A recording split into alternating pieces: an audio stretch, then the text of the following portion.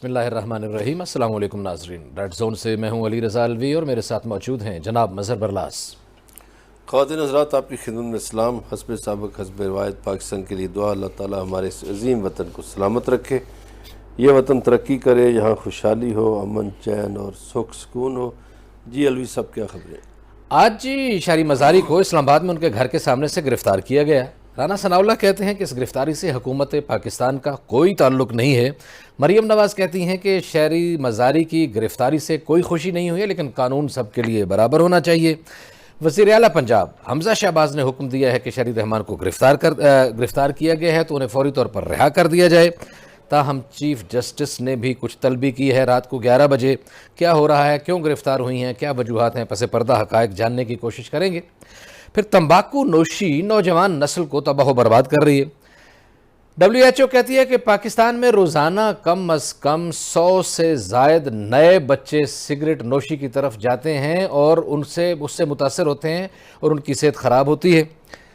لیکن کوئی پالیسی کس طرح کی ہے، وہ لوگ کتنے طاقتور ہیں کہ یہاں قانون سازی پہ بھی اثر انداز ہوتے ہیں، اور ایک مدت سے انہوں نے اپنے اوپر ٹیکس تو نہیں بڑھنے دیا لیکن قیمتیں روزانہ بڑھا لیتے ہیں۔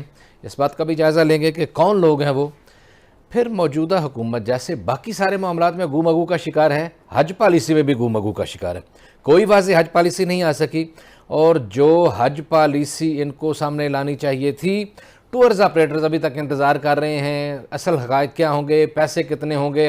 سعودی عرب کی طرف سے 65 سال کی عمر رکھی گئی ہے اور حکومت پاکستان ابھی اس پہ کوئی بات نہیں کر سکی۔ البتہ انڈونیشیا اور ملائیشیا نے واضح طور پر اپنے حاجی بھیجنے سے انکار کر دیا ہے۔ انہوں نے کہا کہ اگر یہ شرط ہے تو پھر ہمارے حاجی نہیں جائیں گے، یا پھر اس شرط کو نرم کیا جائے۔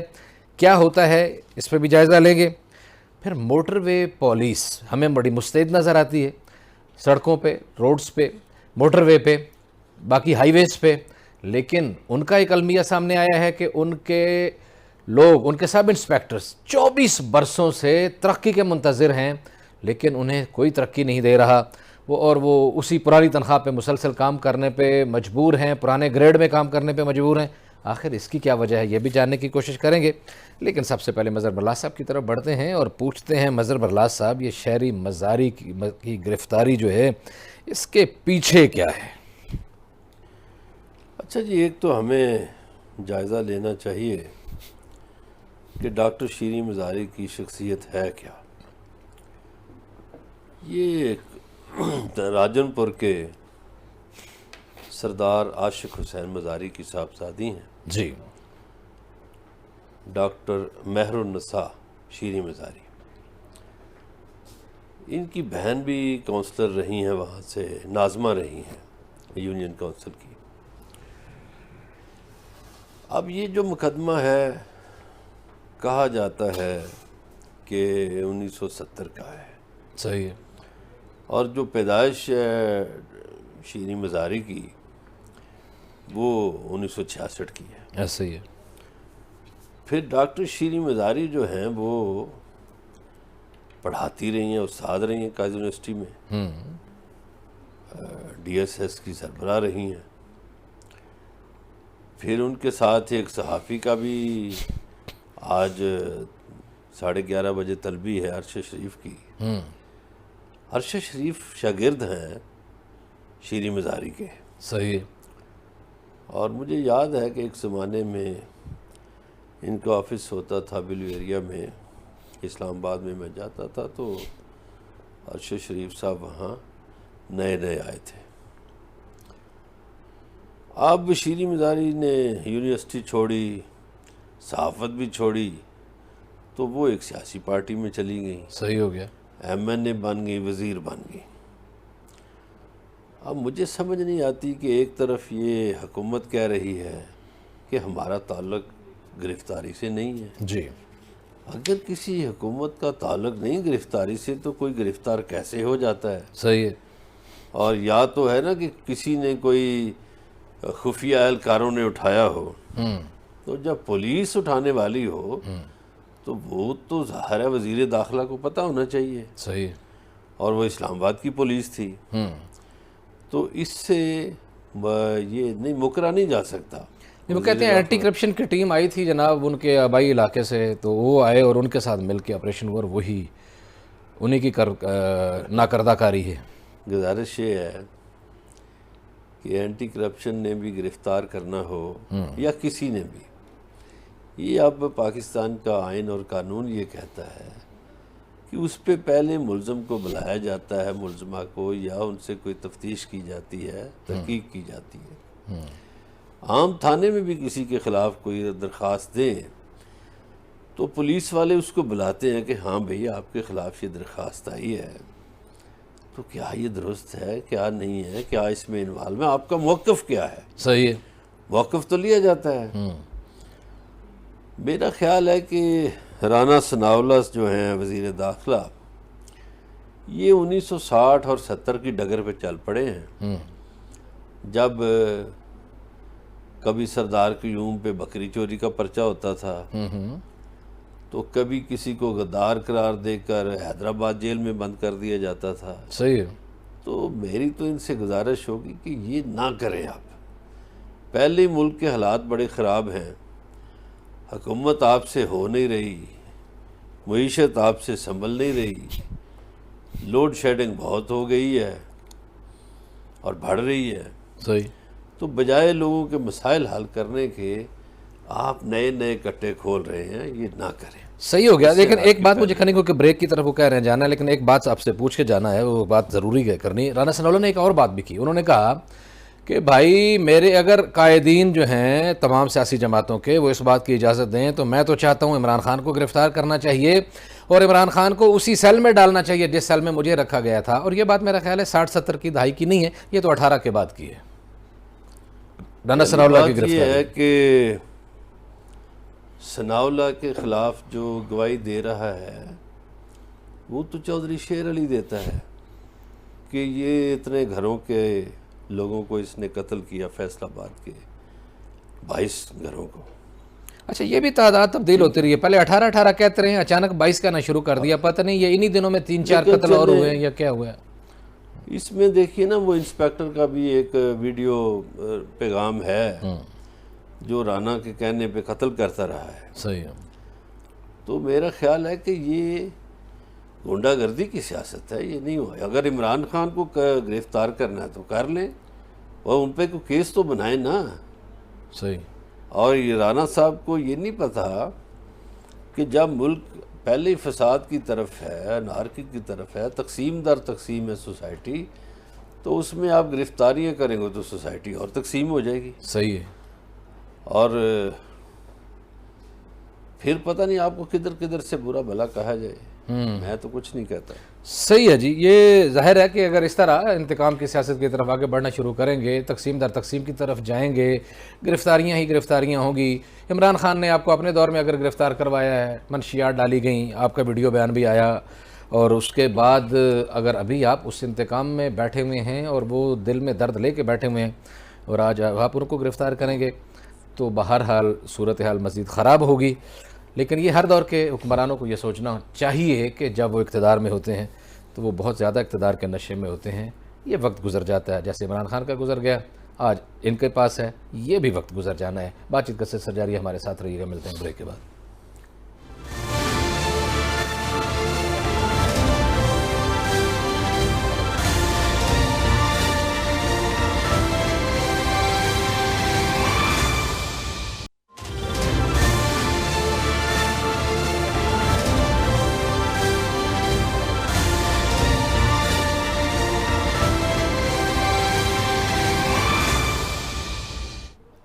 ویلکم بیک ناظرین، بریک پہ جانے سے پہلے بات کر رہے تھے ہم سیاست کی، انتقامی سیاست کی، گرفتاریوں کی سیاست کی، اور گرفتار کرنے کی خواہشوں پہ مبنی سیاست کی، اور ماضی پہ ہونے والی گرفتاریوں کی بھی بات کر رہے تھے۔ اگلی خبر کی طرف بڑھنا ہے، اور اس مرحلے پہ ہمیں جوائن کیا ہے ندیم چودھری صاحب نے۔ ندیم چودھری صاحب سینئر صحافی ہیں، تجزیہ کار ہیں، اور خاص طور پر صحت کی رپورٹنگ کے حوالے سے بڑا ایک نام سمجھے جاتے ہیں۔ ندیم چودھری صاحب، ہم آپ کو اپنے پروگرام میں خوش آمدید کہیں۔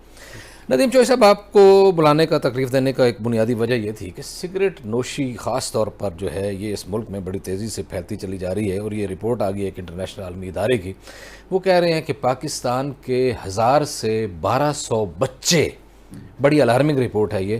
روزانہ کی بنیاد پر نئے سرے سے سگریٹ نوشی شروع کر دیتے ہیں اور یہ تو صورتحال بڑی خطرناک ہے. اور اگر روزانہ ہمارے نوجوان نسل کے 1200 بچے روزانہ نئے انڈکٹ ہو رہے ہیں اس میں, تو تباہی کی کیا صورتحال ہے؟ اس میں کوئی شک نہیں. بہت شکریہ علوی صاحب, بڑا اہم موضوع ہے جس پر آج آپ نے گفتگو کا موقع دیا. اس میں سب سے بڑی چیز یہ ہے کہ جب آپ سگریٹ نوشی جو ہے اس کو ختم کرنے کے لیے پاکستان میں اینٹی ٹبیکو سیل قائم کیا گیا تھا اعجاز جاکرانی صاحب کے دور میں, جو پیپلز پارٹی کے وزیر صحت تھے. اس وقت سے آج تک بہت اچھے انداز میں یہ ٹبیکو سیل کام کر رہا تھا اور انہوں نے سگریٹ کی جو پکٹوریل وارننگ ہے اس پر بہت ورکنگ کی. اس کے علاوہ انہوں نے جو سگریٹ پر ٹیکس ہے, سگریٹ کی قیمتوں کے بڑھانے میں اہم کردار ادا کیا. لیکن جب سے یہ ٹبیکو کمپنیز کا مافیا ہے وہ حرکت میں آیا, اس کے بعد سے اس اینٹی ٹبیکو سیل کو کمزور کر دیا گیا. اس کی بڑی وجہ ہم آپ کو یہ بتاتے ہیں کہ پاکستان نے انٹرنیشنل ٹریٹیز سائن کی ہوئی ہیں اور پاکستان نے اینٹی ٹبیکو سیل پہ ایوارڈ بھی حاصل کیا ہوا ہے. صحیح ہے. پوری دنیا میں سب سے اہم جو ایوارڈ تھا ہیلتھ کے حوالے سے وہ پاکستان کو ملا, ہیلتھ منسٹری کو ملا. سائرہ افضل تارڑ اس وقت ہیلتھ منسٹر تھیں جب ان کو یہ ایوارڈ دیا گیا کہ انہوں نے اینٹی ٹبیکو سیل کے حوالے سے اینٹی ٹبیکو کے حوالے سے بہت زیادہ ورکنگ کی ہے, اچھا کام کیا. اور اسی طرح جب موجودہ گورنمنٹ آئی, جو گزشتہ پی ٹی آئی کی گورنمنٹ آئی, تو اس میں یہ تمام کام بڑے احسن انداز میں روک دیے گئے. کیوں؟ جس میں اہم کردار ہمارے جو سیکٹری ہیلتھ ہیں وہ ان کا بہت اہم کردار تھا. ان کے پاس 2020 میں, آج سے 18 ماہ پہلے, ایک پیکٹوریل وارننگ کے حوالے سے, چونکہ وہ 60% آلریڈی چل رہی ہے, جب لوگ وہ پیکٹوریل وارننگ دیکھتے ہیں, وہ تصویر دیکھ کے کچھ لوگ کہتے ہیں کہ واقعی سگریٹ نہیں پینا چاہیے. انتہائی بیہودہ ویسے وہ تصویر ہوتی ہے. مجھے تو جی بالکل, وہ اس تصویر کو دیکھنے کے بعد ہی کراہت محسوس ہوتی ہے کہ آپ اگر سگریٹ پیئیں گے تو یہ نقصانات ہوں گے. ایسے ہی ہے. اس تصویری وارننگ کو 60% سے 70% کرنے کے لیے ایک سمری گئی جو سیکٹری ہیلتھ جو عامر خواجہ صاحب ہیں ہمارے, ان کے پاس, تو انہوں نے اس پہ لکھ دیا NFA, نو فردر ایکشن. وہ آپ اپنے ڈاکومنٹ چلا سکتے ہیں, اسکرین پہ آپ نے دیکھے ہوں گے جس پہ لکھا ہوا ہے کہ نو فردر ایکشن. تو اس کے بعد آپ یہ دیکھ لیں کہ ایک طرف یہ صورتحال ہے, دوسری طرف آپ کے پاس خزانہ خالی ہے. جو بھی حکومت آتی ہے کہتی ہے خزانہ خالی ہے. صحیح ہے. تو جس وقت تک آپ ان چیزوں پہ ٹیکس نہیں بڑھائیں گے, ٹیکس بڑھائیں گے تو سگریٹ نوشی کم ہوگی. ٹھیک ہو گیا. جب آپ ٹیکس بڑھائیں گے تو آپ کا ریونیو بھی جنریٹ ہوگا. صحیح ہے. پاکستان اس وقت سگریٹ کی جو ریونیو ہے اس میں 133 ملین روپیز سالانہ آپ لے رہے ہیں, اور جو انٹرنیشنل ادارے ہیں انہوں نے جو نیا شیڈول دیا تھا اس کے مطابق اگر آپ ٹیکس بڑھاتے تو اس وقت 26 بلین روپے مزید آپ کے اضافہ ہو جاتا ریونیو میں. 26 ارب روپے روزانہ مزید ریونیو سالانہ مزید اس میں اضافہ ہو جاتا. بالکل صحیح. مظہر بلّہ صاحب سے تھوڑا انٹیک لے لیتے ہیں, آپ کی طرف دوبارہ واپس آتے ہیں. مظہر بلّہ صاحب, آخر کیا وجہ ہے یہ جو اعداد و شمار بتائے ہیں ندیم چودھری صاحب نے کہ سائرہ افضل تارڑ تو آپ کو پتہ ہی ہے کس پارٹی سے تھیں اور انہیں ایوارڈ بھی ملا اور انہوں نے بڑے سخت اقدامات کیے تمباکو نوشی روکنے کے لیے, لیکن اس کے بعد پاکستان تحریک انصاف کی حکومت نے اس میں کیوں نرمی دکھائی, یا گویا دوسرے الفاظ میں کہیں کہ سگریٹ نوشی کو پھیلانے میں کیوں کردار ادا کیا؟ میں یہ تو نہیں کہوں گا کہ پھیلانے میں کردار ادا کیا. وہ چودھری صاحب نے خود ہی ایک نام لے لیا ہے سیکٹری ہیلتھ کا. اب یہ جو ہمارا نظام ہے یہ بڑا عجیب و غریب ہے. اس میں سیکٹری بہت مضبوط ہوتا ہے. بعض اوقات منسٹر بیچارہ چاہتا بھی ہے کہ یہ کام ہو جائے تو سیکٹری آگے سے لہت و لال کا مظاہرہ کرتے ہیں. صحیح ہے. اور جب تک سیکٹری نہیں, مجھے تو لگتا ہے وہ خواجہ صاحب خود سموکنگ کرتے ہوں گے. دوسرا میں یہ بات کرنا چاہ رہا ہوں کہ سگریٹ کے علاوہ پاکستان میں آئس کا, پلز کا اور یہ ہیروئن کا نشہ بہت بڑھ گیا ہے. صحیح ہے. ان ساری جتنے بھی یہ نشہ آور چیزیں ہیں ان کے پیچھے آپ دیکھیں گے تو بڑے بڑے مافیاز ہیں, اور ان مافیاز میں پارلیمنٹ کے اراکین شامل ہیں. صحیح ہے. ان کے رشتہ دار یہ فرائض انجام دے رہے ہیں.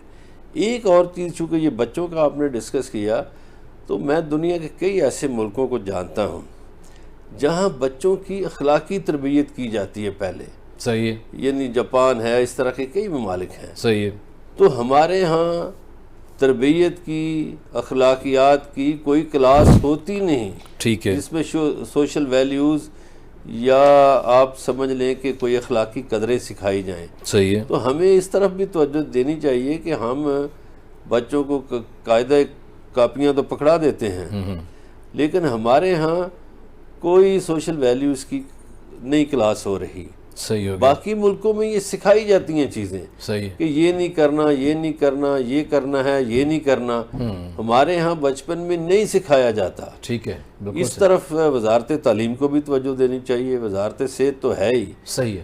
تو ٹیکس بڑھانے سے بھی میرا خیال ہے کہ جب آپ تربیت میں یہ بات شامل کریں گے تو وہ اندر سے ایک نفرت پیدا ہو جائے گی بچوں کے، تو وہ بچے پھر سگریٹ نوشی کی طرف نہیں جائیں گے. اب تو سگریٹ نوشی تو پیچھے رہ گئی، اب تو دوسرے نشے بہت ہو گئے ہیں، اور یونیورسٹیز کالجز بھرے پڑے ہیں، اور ہماری انتظامیہ سوئی ہوئی ہے. بالکل ٹھیک ہے. بالکل صحیح ہے. اچھا، اس میں ایک چیز کا میں اضافہ کروں گا. میں آپ کی طرف آنے لگا ہوں. ایک تو اس میں کچھ میرے سامنے جو ایک عدد و شمار ہے، اس میں یہ بتایا گیا کہ 3 کروڑ 10 لاکھ لوگ جو ہیں بہت زیادہ ہیبچول ہیں اور مستقل سگریٹ نوش ہیں.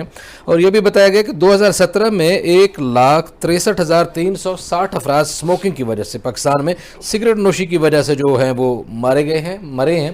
لیکن اس میں اگلی جو مرحلہ ہے جو برلا صاحب نے بھی اشارہ کیا، ای سگریٹ. سنا ہے کہ اب یہ لوگ اس طرف جا رہے ہیں، ای سگریٹ کو پروموٹ کرنے کی کوشش کی جا رہی ہے. اور میں بہت سارے ایسے علاقوں کو جانتا ہوں، علاقوں میں جہاں پوش سیکٹرز میں وہاں باقاعدہ ویپنگ اور ویپ سینٹرز بنے ہوئے ہیں. تو اس میں کوئی نقصان ہوتا ہے یا کیا ہوتا ہے؟ دیکھیں، اس میں پہلی چیز تو میں یہ ایک اور اضافہ کروں کہ جس طرح مظہر صاحب نے ذکر کیا کہ باقی نشے آ گئے ہیں، تو ان نشوں کا اصل دروازہ جو ہے سگریٹ ہی ہے. ٹھیک ہے. ان نشوں پر آپ جب جاتے ہیں تو سگریٹ سٹارٹ کرتے ہیں، اس کے بعد اگلا نشہ شروع کرتے ہیں. صحیح. اور دوسری طرف جو انہوں نے بیوروکریسی کی طرف اشارہ کیا، تو ہمارے جو سیکٹری ہیلتھ ہیں ان کی طرف سے چونکہ وہ عرصے سے ہیلتھ میں بیٹھے ہوئے ہیں، تو ابھی جو پچھلی چیزیں ہمارے سامنے آئیں، ایک تو جب PMC کا آرڈیننس آیا تو اس میں انہوں نے اپنے بیٹے کو 1.5 لاکھ تنخواہ پہ بھرتی کروا لیا. صحیح. جب MTI ایکٹ آیا تو انہوں نے اپنی بیگم کو شیخ ذوالفقار بھٹو یونیورسٹی میں بھرتی کروا لیا. کیا بات ہے. وہاں پہ ان کو کرونا کا ایک پروجیکٹ دے دیا گیا. سبحان اللہ. تو یہ وہ چیزیں ہیں جن کو جس وقت تک آپ بیوروکریسی کو کنٹرول نہیں کریں گے، یہ چیزیں کنٹرول نہیں ہوں گی. سیکٹری ہیلتھ صاحب ابھی بھی موجود ہیں؟ جی بالکل، اس وقت موجود ہیں. اور منسٹر صاحب میں بھی تھے. جی اور منسٹر صاحب کے ساتھ اس وقت جنیوا میرا خیال گئے ہوئے ہیں وہ. ٹھیک ہے. وہ انٹرنیشنل وزٹ پہ گئے ہوئے ہیں. صحیح ہے. اسی طرح آپ نے ای سگریٹ کا ذکر کیا، تو ای سگریٹ کے جو ماہرین ہیں اس وقت ہیلتھ کے، وہ یہ کہتے ہیں کہ جو ایک آپ ای سگریٹ کا ایک کش لگاتے ہیں تو وہ 100 سگریٹ کے برابر ہوتا ہے. اتنا خطرناک ہے. اسی طرح انٹرنیشنل ایک کانفرنس ہو رہی تھی جو فلپ مورس کی طرف سے، ہمارے سابقہ وزیر اعظم عمران خان نے اس میں شرکت کرنی تھی. میں نے اس پر ایک ٹویٹ کیا کہ وزیر اعظم جو کہ ایک کینسر ہاسپٹل چلاتے ہیں اور جس کی مین وجہ جو کینسر کی ہے وہ سگریٹ ہے، اور وہ اس کانفرنس میں شرکت کرنے جا رہے ہیں جو فلپ مورس سگریٹ کمپنی ہے، اس کے مالک ویبنار کر رہے ہیں. صحیح ہے. اور اس میرے ٹویٹ کے بعد انہوں نے 2 دن بعد پرائم منسٹر آفس نے ایک لیٹر جاری کیا کہ پرائم منسٹر اس میں شرکت نہیں کر رہے. صحیح ہے. یہ اس ٹویٹ کے بعد انہوں نے کیا. تو وہ کانفرنس بیسیکلی یہ کی جا رہی تھی کہ پاکستان کے اندر اس وقت انہوں نے ای سگریٹ کو لانچ کرنا ہے، اور اس کے لیے پوری تیاری کر لی گئی ہے. اب یہ اور کون کون سے، ایک تو آپ نے اس کمپنی کا نام لیا، اور پاکستان میں سگریٹ نوشی پھیلانے میں کون کون سی کمپنی کردار؟ پاکستان ٹبیکو کمپنی ہے، اور سب سے بڑا اہم کردار ہے آپ کا جو اہم برانڈ ہے پاکستان میں سب سے زیادہ چلتا ہے، وہ اس کمپنی کا چلتا ہے. تو وہ مافیا اتنا مضبوط ہے کہ انہوں نے اینٹی ٹبیکو سیل کے جو ملازمین کام کر رہے تھے ان کو تو نکلوا دیا. اب منسٹری کے کچھ لوگ انہی سیٹوں پر کام کر رہے ہیں اور وہ انجوائے کر رہے ہیں صحیح انٹرنیشنل فنڈنگ کو. صحیح. اس طرح کے لوگ ہیں اور اس طرح انٹرنیشنل فنڈنگ کو جو ہے وہ انجوائے بھی کر رہے ہیں. جناب ندیم چوئی صاحب، آپ کا بہت شکریہ، آپ نے ہمارے لیے وقت نکالا. آپ کا اور ہمارا ساتھ یہیں تک تھا. ناظرین، سگریٹ نوشی سے اپنے بچوں کو بچانے کی بہرحال پوری کوشش کیجیے، کیونکہ یہ تمام جرائم کی اور بہت ساری بنیادی جو نشے کی طرف جاتے ہیں بچے، اس کی بنیاد ہے اس کی ماں ہے. اگر آپ کنٹرول رکھیں گے، اور خود بچوں کو بھی جو یہ پروگرام دیکھ رہے ہیں جن تک یہ کلپ پہنچے، ان سے بھی گزارش ہے کہ اپنے اوپر بھی اور اپنے والدین پر بھی رحم کیجیے اور تمباکو نوشی سے گریز کیجیے. بات چیت کا سلسلہ جاری ہے، ہمارے ساتھ رہیے گا. ملتے ہیں بریک کے بعد.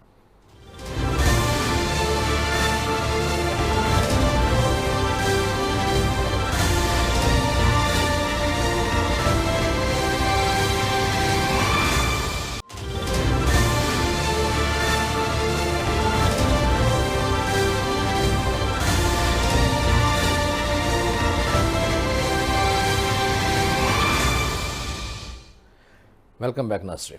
اگلی خبر کی طرف بڑھتے ہیں، اور اگلی خبر جیسا کہ ہم نے آپ کو ابتدائیے میں بتایا تھا کہ یہ ہے کہ حج پالیسی کے حوالے سے حکومت پاکستان انتہائی کشمکش کا شکار ہے، اور ان سے کوئی فیصلہ ہونے نہیں جا رہا. اور صورتحال یہ ہے کہ ان کے فیصلے کی لوگ منتظر ہیں، اور خاص طور پر جو پرائیویٹ ٹور آپریٹرز ہیں وہ بھی اس بات کے منتظر ہیں کہ ہمیں کب کوٹا جاری کیا جائے گا، اور انہیں کسی طرح کا کوئی کوٹا جاری نہیں کیا گیا، حالانکہ انہوں نے وہاں انتظامات کرنے ہوتے ہیں، ہوٹلز بک کروانے ہوتے ہیں، فلائٹس بک کروانی ہوتی ہیں، اور بہت سارے انتظامات کرنے ہوتے ہیں۔ اور یہ حالانکہ یہ حج پالیسی جو ہے آپ کو پتہ ہے 15 مئی کو قرآن اندازی ہوئی، 15 مئی کو قرآن اندازی ہونے کے باوجود کوئی پتہ نہیں ہے کہ کیا پیکج ہے، کتنے پیسے انہوں نے لینے ہیں اور کیا کرنا ہے۔ پھر 9 جون کو یہ بھی اعلان کر دیا گیا ہے کہ 9 جون سے فلائٹ آپریشن جو ہے وہ شروع ہوگا۔ مظہر برلاز صاحب، 9 جون سے فلائٹ آپریشن شروع ہوگا، 15 مئی کو قرآن اندازی ہو چکی ہے، اور موجودہ حکومت کو جو ہے یہ حج پر، وزارت حج خاص طور پر میں کہوں کہ وہ کوئی پالیسی دینے میں مکمل طور پر ناکام ہو چکی ہے۔ لوگ پریشان ہیں کہ ہمارے ساتھ ہونا پتہ نہیں کیا ہے، ہم نے کتنے پیسے انتظام کرنے ہیں، کیا کرنا ہے، کیسے جانا ہے، کتنا خرچہ ہوگا۔